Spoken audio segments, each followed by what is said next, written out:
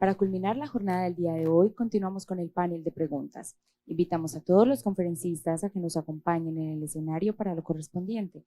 En este panel actuará como moderadora la magíster Laura Daniela Alzate Tobón, abogada y magíster en Derecho de la Universidad de AFIT, especialista en Derecho de Seguros de la Universidad Pontificia Javeriana, actual directora del Consultorio Jurídico y del Centro de Conciliación y profesora de la Universidad de AFIT.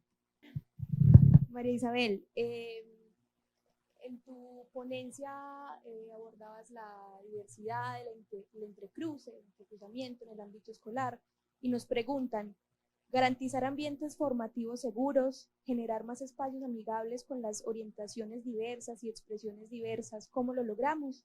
Exigir una formación a todos los profes. Bueno, yo creo que ahí hay como muchas posiciones. En mi cabeza hay como un choque, porque exigir y que las personas se formen no quiere decir que transformen lo que son, ¿cierto?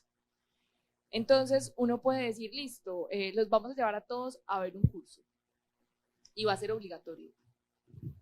Y puede, pues como me ha sucedido en los espacios donde he estado, recuerdo mucho uno donde terminamos el espacio de formación de 4 horas con profes del magisterio de diferentes regiones de Antioquia. Todos estaban como en la ruralidad.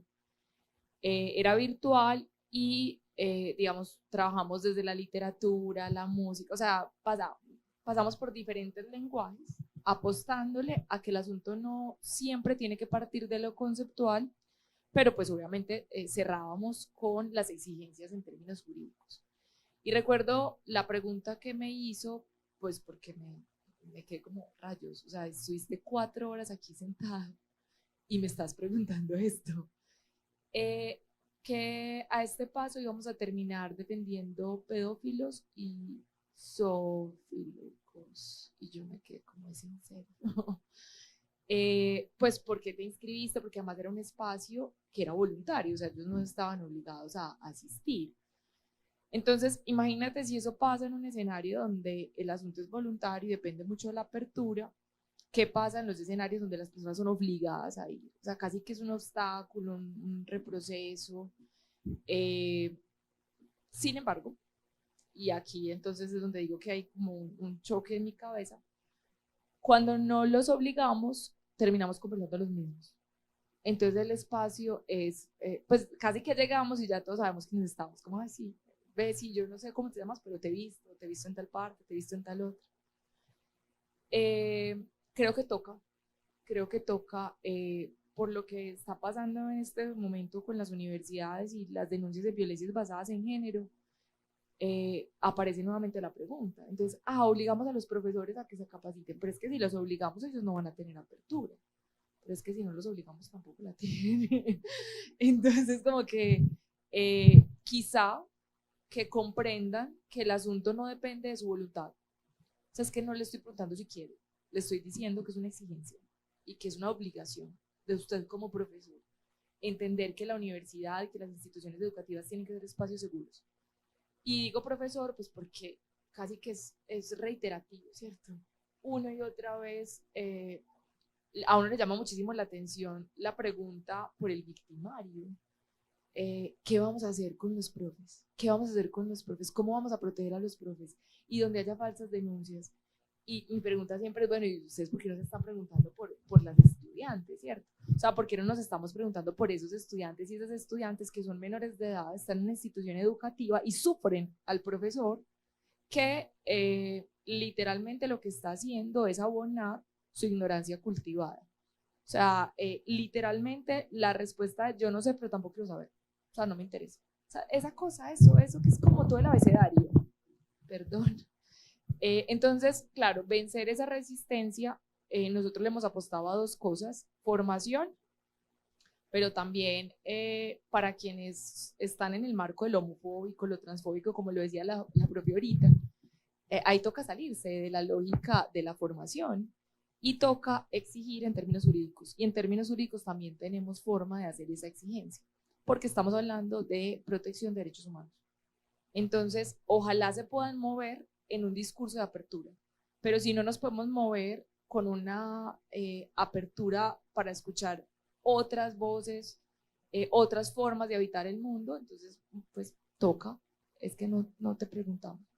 Y casi que tocará iniciar proceso disciplinario con quien siga manifestando resistencia e incluso acudir a un proceso penal que no debería pasar, que debería ser siempre lo último, pero en ocasiones es tan reiterado y está viniendo de la cabeza de quien está liderando todo un proceso pedagógico. Es que lo complejo con los profes, que quizá ellos no alcanzan a dimensionarlo, es que cuando aparece el profesor validando una conducta homofóbica o transfóbica o misógina en un aula de clase, eso habilita un montón de discursos discriminatorios al interior del aula.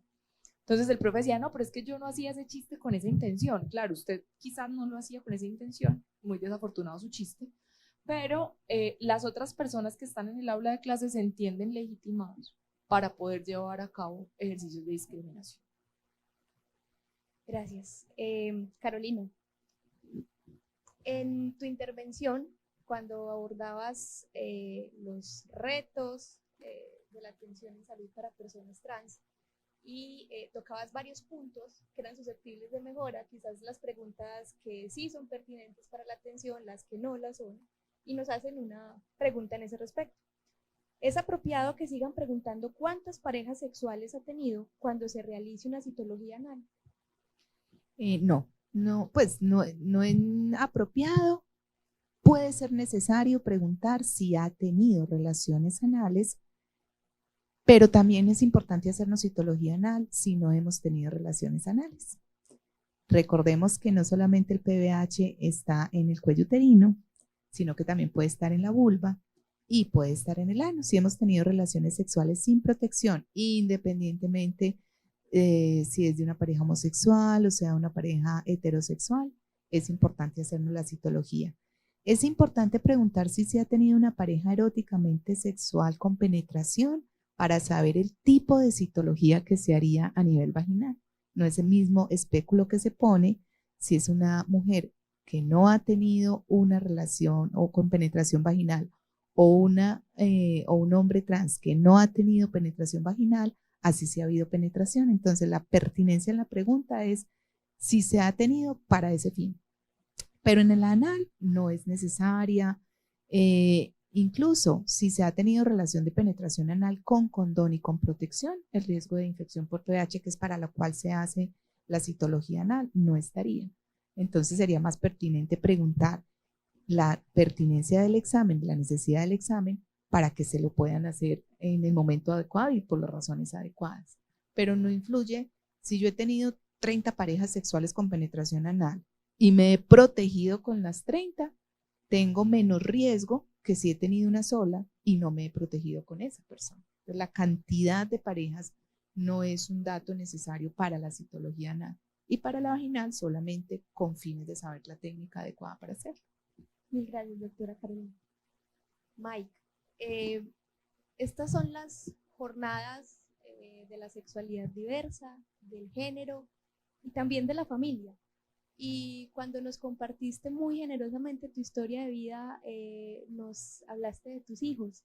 Mike, ¿cómo ha influido tu experiencia de vida de persona trans en tu rol o en tu papel de maternar, de maternidad? Pues la verdad creo que nada, en el sentido en que pues la vida sigue, sigo siendo la misma persona. Como se dice por ahí, lo que cambia es la carátula del libro, pero la historia como que sigue siendo la misma, ¿cierto?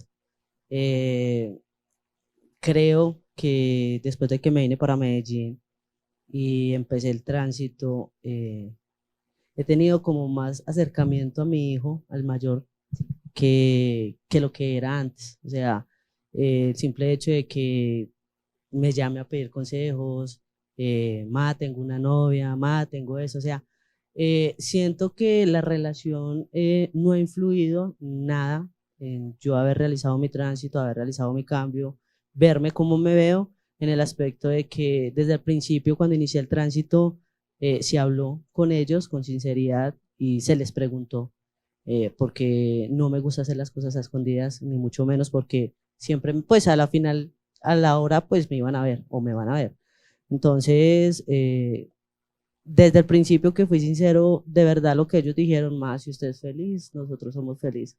Entonces, no influyó en nada, o sea, sigue siendo, antes siento que ha sido más bonita y cuando, sí, cuando ellos vienen, porque como no vivo con ellos, cuando ellos vienen para acá, pues para Medellín, es más unido, más abrazos, más besos. Entonces, no, al contrario, siento que me ha unido más a ellos. María Isabel, no hagas esa cara. Eso está grabado. Nos hacen esta pregunta: ¿cómo educar a un niño o niña en educación sexual sin generar o estimular réplicas sexuales aprendidas por imitación, más no por convicción, bajo el argumento mencionado que los niños están confundidos? ¿Cómo educar? Bueno, hay otra recomendación. Chimamanda tiene un libro pequeñito, una cosita así verde, pequeñita, ¿Cómo educar en el feminismo? Es una carta que ella escribe a su mejor amiga que le pregunta cómo educar a una hija feminista. Y yo lo leo y digo, no, es que esto no es como educar a una hija en el feminismo, sino como educar a un ser humano. Y siempre la pregunta tendría que ser, ¿qué estoy omitiendo o qué estoy poniendo sobre la mesa en razón, por ejemplo, del sexo de mi hijo o de mi hija? Pensarnos cuántas veces hemos educado de acuerdo al sexo. O sea, tú puedes salir, tú no puedes salir, tú puedes estar, tú no puedes estar, tú puedes hablar, tú no puedes hablar, tú puedes sentir, no puedes sentir, puedes explorar, no puedes explorar. Porque además la cultura paisa, en particular, que es de la que puedo hablar, está todo el tiempo invitando a explorar si eres hombre, para que te sientas más hombre, más macho. Pero si eres mujer, está todo el tiempo guardando, escondiendo, diciendo en la casa, cuidado le habla, ojo con los desconocidos, mire esto, mire lo otro, e incluso satanizando. O sea, ¿cuántas niñas no crecieron en el marco de una sexualidad totalmente satanizada? No te toques ahí, ojo con eso, ¿por qué estás haciendo eso? Te tenemos que llevar donde el psicólogo, donde la psicóloga, eso no lo puedes hacer, no lo puedes hacer en público. Entonces creo que hay varias como preguntas a hacernos. Cuando ella se ubica frente a la educación, dice, habría que pensar si lo que estás haciendo lo harías igual si ella fuera un niño. Y si tu respuesta es sí, no hay problema. Pero si tu respuesta es no, tienes que pensar si el problema es con lo que pasa o con las mujeres. ¿Cierto? O sea, si tu respuesta, si tu trato es diferencial a niñas y a niños frente a la educación sexual, la pregunta que te tendrías que hacer es si realmente no estás discriminando en razón del sexo. Creo, no sé si era más o menos la lógica de la pregunta. Sí, yo creo que sí. Sí. Porque ahí la profe también tiene como unos elementos, creo que tendrían elementos ambos para complementar esa pregunta. ¿Quieres agregar? Porque si no te tengo aquí otra muy buena. Bueno, seguimos con las barreras en la atención y esta vez nos preguntan por endocrinología.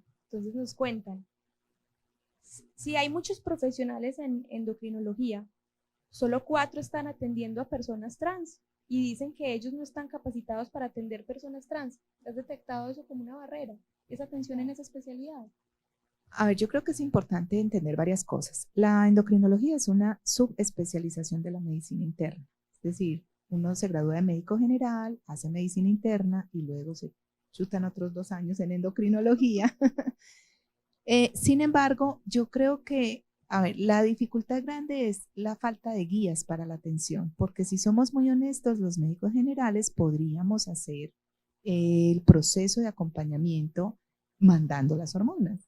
Realmente no debería ser complicado. Lo que pasa es que como no hay guías y las guías que estamos utilizando son las de la WPATH, la WPATH dentro de sus guías hace esas recomendaciones.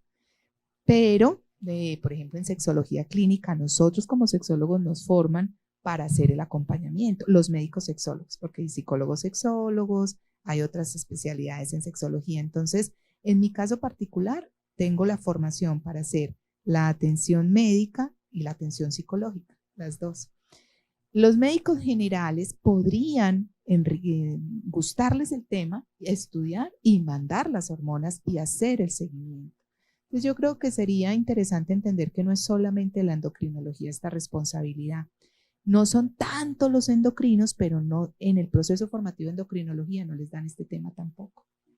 Entonces es como esa persona a la que le llamó la atención, que quiso enriquecerse con ese conocimiento, que asistió a un evento, que se pone a estudiar por sí sola, que paga, porque eso no se lo paga a nadie, ir al congreso de la WUPAD y aprender cómo se hace, y cómo es algo tan relativamente nuevo de obligatorio cumplimiento, no son tantas las personas que se hayan interesado por enriquecer ese saber. En mi caso particular, cuando yo llegué así toda, recién graduada, toqué todas las puertas y no me puedes desmentir ninguna universidad. Toqué todas las puertas de todas las universidades, les monto el programa, les monto la maestría, damos capacitación. No, de eso no se habla aquí, de eso no se habla aquí, no. Sexualidad, ¿cómo se le ocurre? Porque tenemos que entender que sexualidad no es solamente este tema. Y ha sido muy difícil que particularmente haya un interés por la parte médica. Pero es algo que se está abriendo. A mí ya me sorprende que cuanto congreso médico hay de cualquier especialidad, mínimo hay 2 o 3 charlas sobre esto. No son tan poquitos los endocrinos, pero no son todos los endocrinos que tengan que tener la formación. Y las EPS tampoco tienen mucha contratación con endocrinos. Una alternativa interesante sería evaluar, porque hay otros profesionales de la salud, por ejemplo, hay varias ginecólogas que se están interesando en el tema y están atendiendo también a pesar de ser ginecólogas. Y hay muchos urólogos que están haciendo lo mismo. Entonces, sí, como que no son muchas las personas, pero cada vez somos más las personas que podemos acompañar. Mil gracias. Y esta pregunta es para todos aquí. Todas. Desde la sentencia T33 del 2022, se generó la pregunta de qué tan necesaria es la categoría de sexo en la cédula para acceder a derechos o instituciones. ¿Para acceder a la salud es necesaria esta categoría en la cédula o es posible que esté en la historia clínica u otra opción? Quisiera escuchar la lectura que tiene Mike, que tiene Carolina y que tiene María Isabel frente a esa categoría. Bueno, pues yo personalmente, pues al ser la primera persona en tener el componente sexo, me ha tocado actualizar la base de datos, ha sido algo complicada, pero la EPS, una de las cosas que me dijo fue que yo al tener ese componente sexo, ya podía acceder a otras citas, o sea, como que ya no se me estaban cerrando a que no podía ir a ginecólogo, sino al contrario, que no hay un estándar, pues lo que me dijeron a mí, que con esa T ya literal es como si yo estuviera abriendo la puerta a poder ir a urólogo andrólogo, porque pues me atiende urólogo andrólogo, ginecoendocrino, entonces personalmente para mí sí fue importante colocarla y importante que la actualizaran porque eso acorde como te hacen los exámenes, que lastimosamente cuando a mí me hacían los exámenes, como tenía una F, todos mis exámenes salían acorde a lo femenino. Entonces, lo que me habían dicho en el laboratorio fue que yo hice la revolución, que al empezar esa revolución ellos tenían que estudiar sobre los exámenes y los rangos de laboratorio para una persona trans. La EPS Sura me dijo que más o menos me llegó el correo hace como 2 meses que ellos ya estaban actualizando esa base, pero que tenían que entender que ellos tenían que actualizar todo en general, que eran los laboratorios, las citas. Entonces, para mí la importancia de tener ese género es saber que ya no tengo problemas para ir a las citas, o sea, que puedo ir a la que necesite. Me preguntan mucho que a cuál voy, si a urólogo o a gineco o a hacer una citología, y literalmente yo ya no voy a ninguna de las dos, porque pues ya no tengo útero y pues no tengo próstata. Entonces, yo más que todo lo hago para poder ir al urólogo andrólogo, que es el que sabe más o menos los niveles de las personas trans y la importancia que ellos me decían que era que a mí me trataran y que me manejaran con los rangos adecuados y no con los rangos ni de un hombre ni de una mujer. A mí me parece muy importante, no me quiero extender mucho, pero necesito dar esta información. Si entendemos la fisiología de hacer un tránsito de tener un cuerpo de mujer a tener unas características con un alto nivel de testosterona, o un cuerpo de hombre a quien le vamos a deprimir totalmente la testosterona y hacer un recambio hormonal por estrógenos, tenemos que entender que esa persona, y quienes me conocen saben que mis chicos reciben la cantaletica del cuidado corporal, por que estamos llevando a personas muy jóvenes a una menopausia precoz y a hombres, a personas que tenían un cuerpo de hombre a riesgos cardiovasculares y cerebrovasculares muy grandes. O sea, esto no es un juego realmente. Hay riesgos a nivel osteomuscular, cardiovascular, cognitivos. Las chicas, al tener una depresión grandísima de testosterona, tienen alto riesgo de niveles de depresión. Los chicos tienen que aprender a manejar un poco la euforia, la agresividad, el impulso sexual. Entonces, en ese mismo orden de ideas, es importante saber el sexo biológico, porque dependerá del sexo biológico el nivel hormonal que tenía previo y al que le estamos llevando. No porque yo necesite saber qué tiene entre las piernas, porque yo en una de las ponencias les decía, a veces confundimos que el sexo es solamente lo que tenemos entre las piernas. Existen 7 dimensiones del sexo: el sexo cromosómico, el sexo hormonal, el sexo gonadal, el relacionado con los órganos sexuales internos y externos, el sexo cerebral, ¿sí? Entonces, el sexo no está dado solamente por las características de los órganos externos e internos. No es lo mismo el componente hormonal a nivel de cómo funciona la suprarrenal, el riñón, la tiroides, los músculos, los huesos, a cómo funciona en una persona que tuvo un sexo biológico de hombre al nacer a una mujer. Entonces yo creo que es importante entender que si yo estoy preguntando el sexo para enredarme en cómo voy a tratar a la persona, eso no tiene ningún sentido. Pero si yo necesito saber el sexo para hacer un buen acompañamiento en el tránsito, sí se necesita. Pero con el mismo nivel de importancia necesito saber la identidad y necesito saber el género, solo por la atención integral al paciente. Con fines médicos es importante. Ahora, que tenga que aparecer en la cédula, no. No tiene que estar en la cédula. Ni yo le tengo que ver, por ahí dicen, caras vemos, sexos no sabemos. Ni le tengo que ver el sexo para saber si sí tenía vulva o pene. Entonces, que tenga que aparecer en la cédula, no. Pero que lo necesitemos saber por fines de hacer un buen acompañamiento médico, sí. En la misma línea que tal cual, o sea, ojo que nosotros no podemos confundir un documento que está creado en términos sociales y culturales, o sea, eso es una creación del derecho, con algo que es biológico y tiene unos efectos desde la naturaleza, ¿cierto? Desde lo que nos dice la naturaleza de conformidad a ese sexo con el que nació la persona. Ahora, esa es la pelea con las categorías.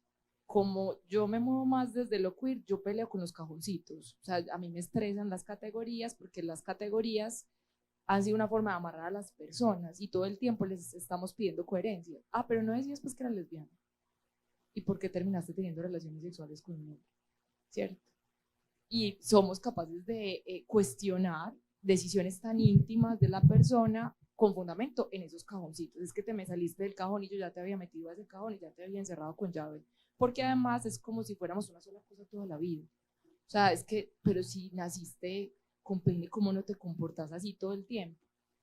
Entonces, esa pregunta también me inquieta mucho, pero creo que tendríamos que separar las dimensiones. Una dimensión es para la atención en salud, otra dimensión es para lo que tenemos que mostrar socialmente. Yo no entiendo eso, ¿por qué tendría que estar en la cédula? Otra cosa tiene que ver con los derechos y el reconocimiento de los derechos, ¿cierto? Porque entonces aquí es donde empiezan a aparecer todas esas preguntas de, bueno, ¿qué hacemos con la libreta militar? ¿Qué hacemos con las edades diferenciadas de pensión? ¿Qué pasa? Antes del 2016 ¿se pueden casar? ¿No se pueden casar? Y empiezan a aparecer otras preguntas que nos hace el derecho y que vuelven sobre la importancia de las categorías. Yo no voy a olvidar nunca que el llamado es a no bajar los brazos, porque cada vez que bajamos los brazos, entonces aparecen otros diciendo, no, pero es que las terapias para reconvertir personas las tenemos que conservar. Y uno dice, venga, en serio, en el 2022 estamos hablando de terapias y ustedes están pidiendo el derecho desde ciencias de la salud, porque es que psicología es una ciencia de la salud, ustedes están pidiendo el derecho a tener dentro de sus terapias para reconvertir personas. O sea, ¿con fundamento en qué? Entonces, claro, cuando desaparecemos las categorías, quizá también tengamos el riesgo de desaparecer formas de proteger reconocimientos que ya tenemos. Ahora, en la cédula no tendría por qué estar, pues, o sea, no hay razón alguna para que mi carta de presentación en todos los espacios tenga que decir cuál es mi sexo, además que es confuso, porque dices femenino, masculino, y se supone que es componente sexo. Entonces, ¿eso a qué hace referencia? ¿Al género, al sexo, pues a la identidad de género? ¿A qué de las tres categorías estás haciendo referencia? ¿Cierto? Yo te complementaría con una cosita chiquita. A veces con los chicos decimos, bueno, te para el policía y te dice, ¿cuál es su sexo? Entonces le pueden responder, ah, sí, señor agente, usted quiere saber mi sexo cromosómico, mi sexo gonadal, o mi sexo cerebral, o mi sexo... Porque si estás preguntando cuál de mis sexos quieres. Lo primero sería desde cómo yo lo manejo, no sé tú desde qué lugar lo manejas. Para mí el sexo son las características físicas y el género es el comportamiento. Entonces el sexo no está dado en términos de masculino y femenino, sino de ser hombre biológico o ser mujer biológica en términos de las características físicas. En ese sentido es que el sexo es importante conocerse, no es sexo, sí, doctora, anoche o la última semana. No, por eso es importante los conceptos básicos. Sexo son las características físicas genéticamente heredadas que nos colocan a todos los seres humanos en un continuo, donde en un extremo está un hombre biológicamente reproductivo y en el otro está una mujer biológicamente reproductiva. Y de ahí en adelante hay infinidad de sexos, infinidad de sexos. Entonces, en ese mismo orden de ideas es como la intención es, la pregunta va enfocada a las características físicas, hormonales, cromosómicas, que hacen que tu cuerpo tenga ciertas características y que nosotros tenemos la responsabilidad de conocer para poderte llevar a otras características físicas con toda la posibilidad de que tengas salud física, no que padezcas de las consecuencias de haber hecho un tránsito. Es en ese sentido, ¿no? ¿Yo puedo decir algo? Adelante. Yo creo que tenemos que hacer una comunicación más cercana entre lo técnico y las vivencias. No sé, pues ha sido como mi experiencia en los últimos espacios que estamos generando como unas especies de comisiones o de grupos de trabajo que parten mucho de las vivencias y se distancian de unos conocimientos técnicos. Entonces, que yo sea mujer, por ejemplo, que yo sea hembra, no quiere decir que yo sepa biológicamente un montón de cosas que sabe un médico, una médica sexóloga, en este caso, ¿cierto? ¿Cómo establecemos esas conexiones y esa comunicación cuando se trata de legislar? Porque pareciera que nos movemos en opuestos. O sea, pareciera que, no, es que en este grupo solamente pueden haber personas trans legislando sobre esto. Y la verdad es que, y te lo digo por mi experiencia frente a las violencias basadas en género, el hecho de que yo sea mujer no me habilita para hablar técnicamente de todas las violencias basadas en género, ¿cierto? Quizás sea necesario contar con un acompañamiento y ninguno de los dos debería poder trabajar solo en atención a la legislación, porque era súper importante lo que la profe decía ahorita. Esto es lo que dicen los informes y esto es lo que me dicen mis chiques, chicos, chicas en el grupo. O sea, esto es lo que dice la teoría y esto es lo que dicen sus vivencias, dónde se conectan y cómo se pueden conectar para generar una regulación que responda a las necesidades de la población trans, pero que no omita cosas que están basadas en la evidencia, ¿cierto? Yo he peleado un montón con eso, pero ya lo acepté. Sí, ¿qué hacemos si la evidencia dice que las mujeres mueren en tal proporción distinta a los hombres frente a tal cosa? O sea, la evidencia, que no los prejuicios, ¿cierto? O sea, lograr diferenciar los datos que produce la medicina, que además es súper loca con la producción científica, porque para ellos casi todo es cuanti, no sé si la profe dice algo distinto, pero para mí, los médicos, o sea, tú ves análisis y estudios de los médicos, los papers, en una página y todo son cifras. atendimos tantas mujeres, atendimos tantos hombres y siempre estamos hablando de más de miles, ¿cierto? En estos rangos de edad y esto pasa con estos y esto pasa con estos. Entonces, lograr entender que es que hay una información que viene desde lo técnico que yo no tengo por qué saber por pertenecer a un grupo poblacional específico y que si no conversamos vamos a seguir generando normas que desconocen y que van en contravía del bienestar físico de una población específica. Entonces estamos generando todavía, porque además como el acceso es más complejo a los servicios de salud, como no tenemos personal suficiente para atender con perspectiva, lo que estamos generando es enfermedades que tampoco van a tratar bien, porque cuando llegan con la enfermedad dicen, es que eso son las hormonas, sí, eso fue lo que usted hizo, vea, esas fueron las decisiones, las consecuencias de sus decisiones, entonces termina otra vez afectando unos cuerpos específicos, ¿cierto? Doctora, nos hablaste de las barreras en salud para transformar, para hacer ese tránsito, pero nos preguntan, ¿cuál es el desafío con el medicamento PrEP para cuidar la población? Mi respuesta con amor es que consulten. Hay una parte de la población con identidades diversas súper empoderada en sus derechos a ser atendidas y a recibir el PrEP. Pero hay una gran cantidad que ni siquiera lo conocen o que ni siquiera, a ver, ¿qué es el PrEP?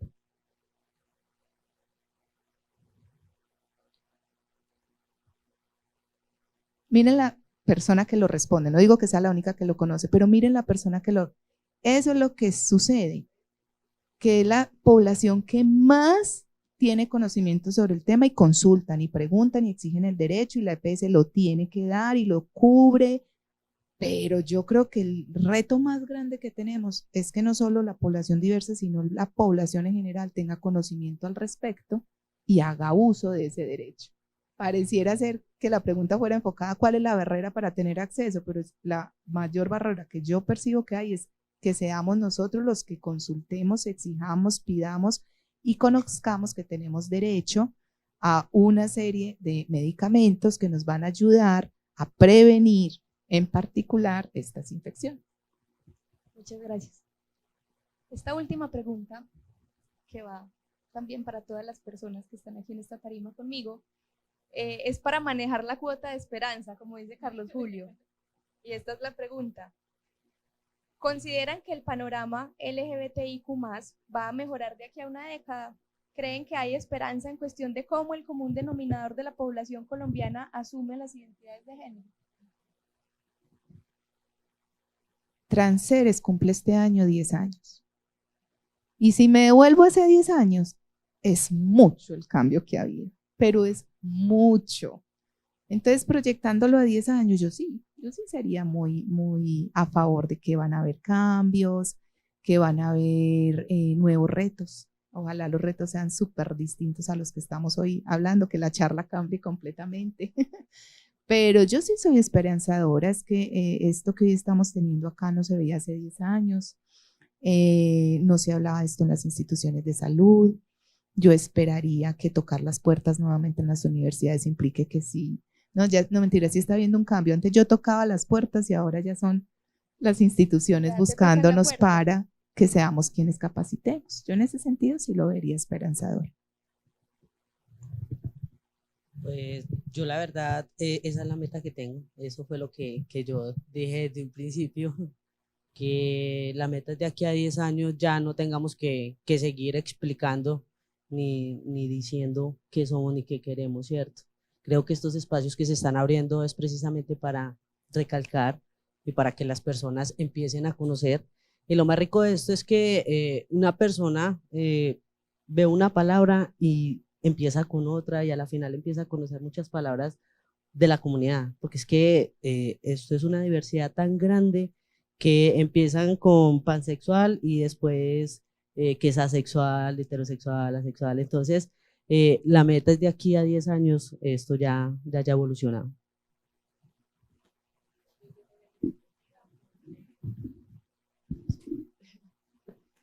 Estoy totalmente convencida porque creo que si uno le hace un seguimiento solamente en lo jurídico, ¿cierto? A lo que ha pasado es que se logra ver una evolución. Pero voy a advertir de un riesgo y un poco voy a representar a la profesora. ¿Cómo hacemos para que el movimiento en general no se vuelva individualista? O sea, ¿cómo hacemos para que yo no entienda que yo ya chulié? Si, por ejemplo, es que ya me pusieron la T en la C, ya, yo ya chulié, yo ya no tengo, ya, yo ya logré lo que yo necesitaba, ¿cierto? O sea, ¿cómo hacemos para que entendamos que el movimiento es en contra de la tiranía y en contra de los problemas con la libertad, con la autonomía y la necesidad de materializar derechos? Porque hay una preocupación que yo he manifestado siempre, y es que al parecer es muy fácil para los grupos conservadores, independientemente desde donde se paren, unirse frente a una misma causa. Entonces, el mar de personas en las marchas contra las cartillas, y estoy segura que si hubiéramos hecho una entrevista, unos son de una religión, otros son de otra, otros son familias, otros son colegios privados, públicos, o sea, cuando dicen hay que unirse en contra de tal cosa, aparecen. Y no tienen en cuenta, como, ay, no, lo que pasa es que, mira, yo no creo, en Los Ángeles, no.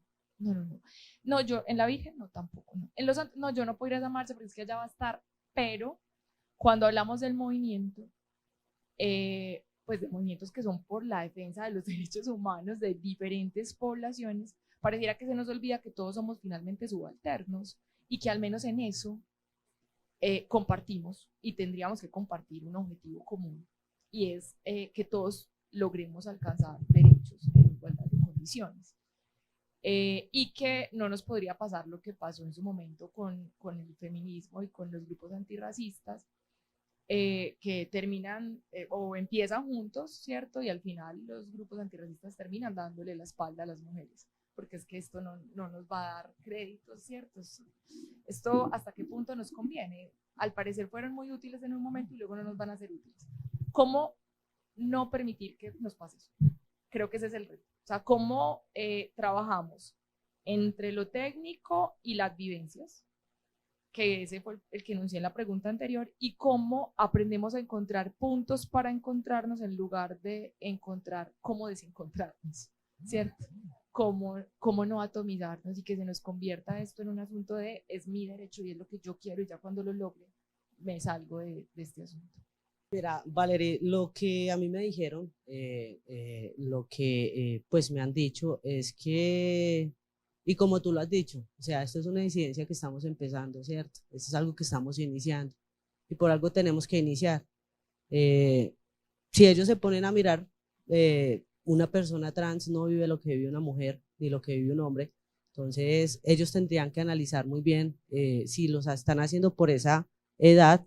Me habían dicho que las posibilidades, no sé qué tan cierto sea, que la pensión de una persona trans sea más o menos a la misma edad de una mujer, o lo de la pensión, literal, o sea, a mí no me, lo de la pensión, vos sabes que yo soy pensionado, entonces en ese lado como que yo no me meto tanto, sino que más que todo como en la otra parte donde me decían que literal lo que estaban empezando a hacer es que todo esto tienen que empezar a poner leyes, normas, y que nos acobijen a nosotros como personas trans.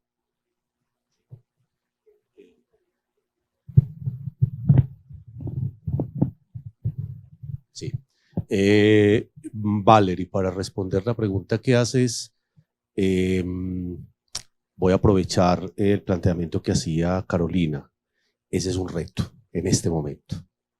Es un reto para el derecho, es un reto para los operadores jurídicos, es un reto para el Congreso y para las Cortes. No sé, todavía, en este momento ya empieza la seguridad social a pellizcarse y a decir es que tenemos que pensar y cambiar esas categorías de la edad de pensión, porque ya la situación tiene que dar lugar a una integralidad de sujetos que no se enmarcan dentro de ese binarismo.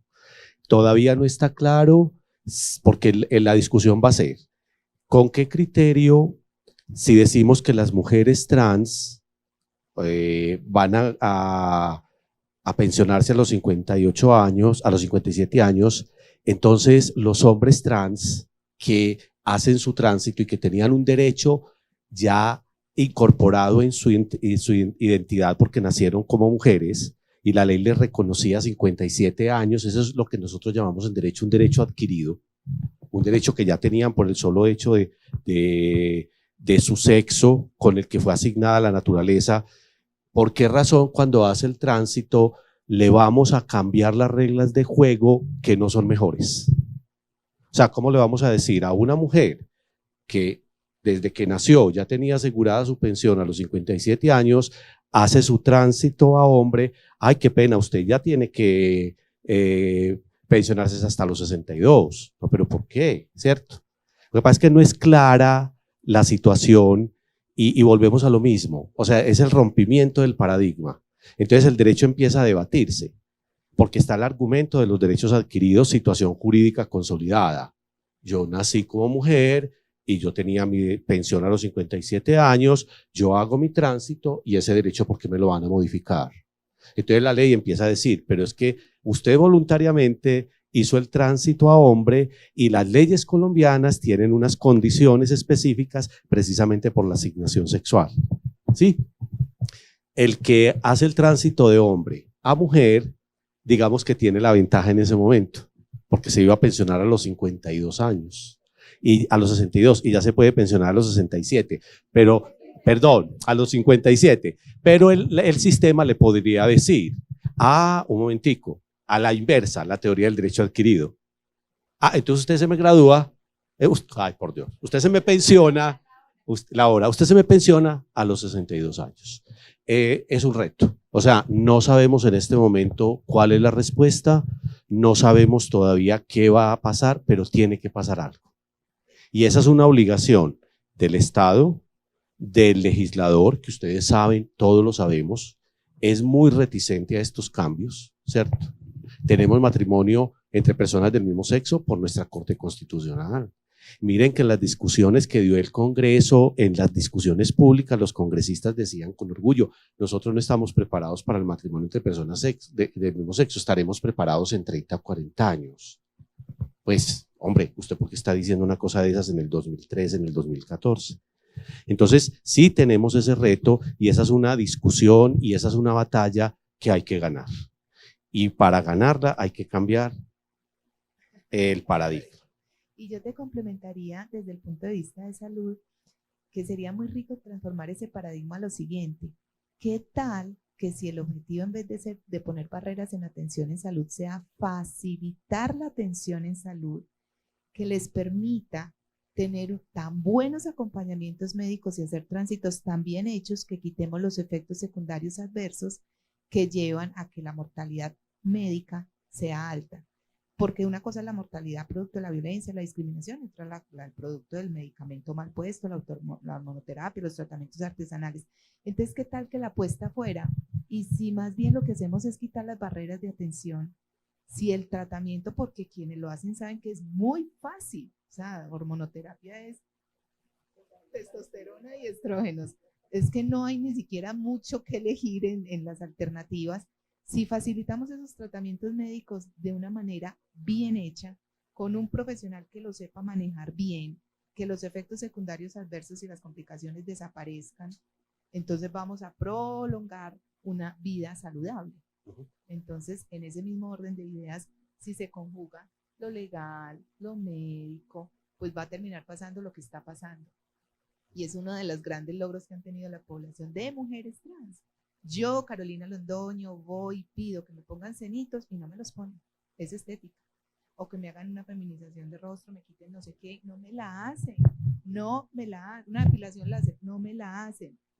Pero a muchas chicas trans sí se las hacen. Entonces, en ese mismo orden de ideas, a lo que se está apuntando, por lo menos desde la sexología médica, es hagamos una excelente atención integral, disminuyamos efectos secundarios, quitémosle al sistema los costos innecesarios y deja de ser un problema de salud pública, soñando a largo. ¿Y qué tal desde la esperanza que pensemos en que a todos los colombianos, independientemente de su identidad de género, de su orientación sexual, de su sexo biológico, nos pensionemos todos a los 57 años?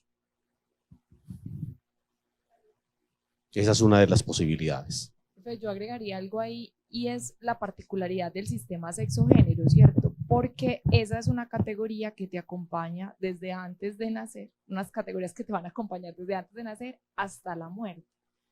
Y en esa medida acompañan todo lo jurídico, absolutamente todo lo jurídico. O sea, una revolución en el derecho es modificar y salirnos de ese sistema sexo-género que pide congruencia entre el sexo, el género, la orientación sexual, la identidad de género, la expresión de género, etcétera, etcétera.